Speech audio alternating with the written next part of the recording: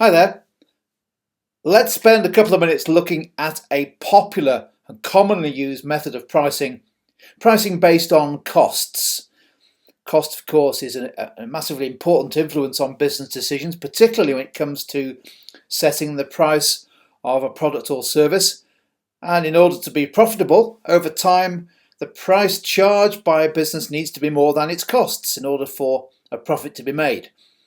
So costs have always been a big influence on pricing, and in particular there's one method which is very widely used, for example in industries such as retail, and it's known as markup pricing. So let's have a quick look at an example of markup pricing in action, just to illustrate how costs can be used to set price. Imagine we've got a business that produces 10,000 units at a total cost of £100,000. Well, if we work out the total cost divided by the number of units, that's a cost per unit of £10. There, of course, we're spreading the fixed costs as well as the variable costs over that cost per unit cost. Well, how might we set the price for that product? If it's got a cost of £10, we may add a markup. We would use cost as the basis for setting the price.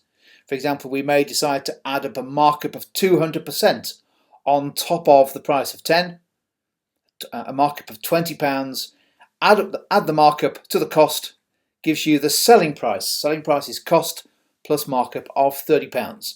And we would know that if we sold that product for £30, it would be £20 more than what it costs to make. So there's an example of markup pricing. Well, it's widely used. What are the advantages, disadvantages of this method? Of course, if you know what your costs are, then it's really easy to apply a policy of markup. Let's just say we always apply 250% on top of the cost of the product, maybe what we've bought it for. That's a really easy way to set the price. And of course that also gives us a reason to increase the price if our costs increase. For example, as a result of a supply price change or maybe a change in exchange rates. And also it gives managers in the business, particularly marketing managers, some confidence that their selling prices should be profitable, assuming we can find somebody who's prepared to pay that price for the product or service. Well, you can immediately see therefore that there are some potential drawbacks with cost-based pricing. Firstly, of course, it probably ignores the most important factor on pricing, which is how responsive, how sensitive it is to price. Just simply applying a markup to a cost doesn't tell you whether or not that price will be acceptable to the customers and how it will compare with the competition. It ignores the competition. And of course, if we use cost to set a price that's below what customers are prepared to pay, we may be losing out on some revenues that we could otherwise have earned.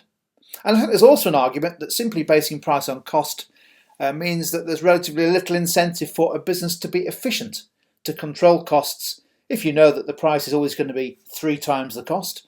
Where's the big incentive to try to reduce those unit costs and be more efficient? So, plenty of drawbacks to cost plus pricing, a few advantages, but it is widely used in business. Hopefully you found that short introduction useful.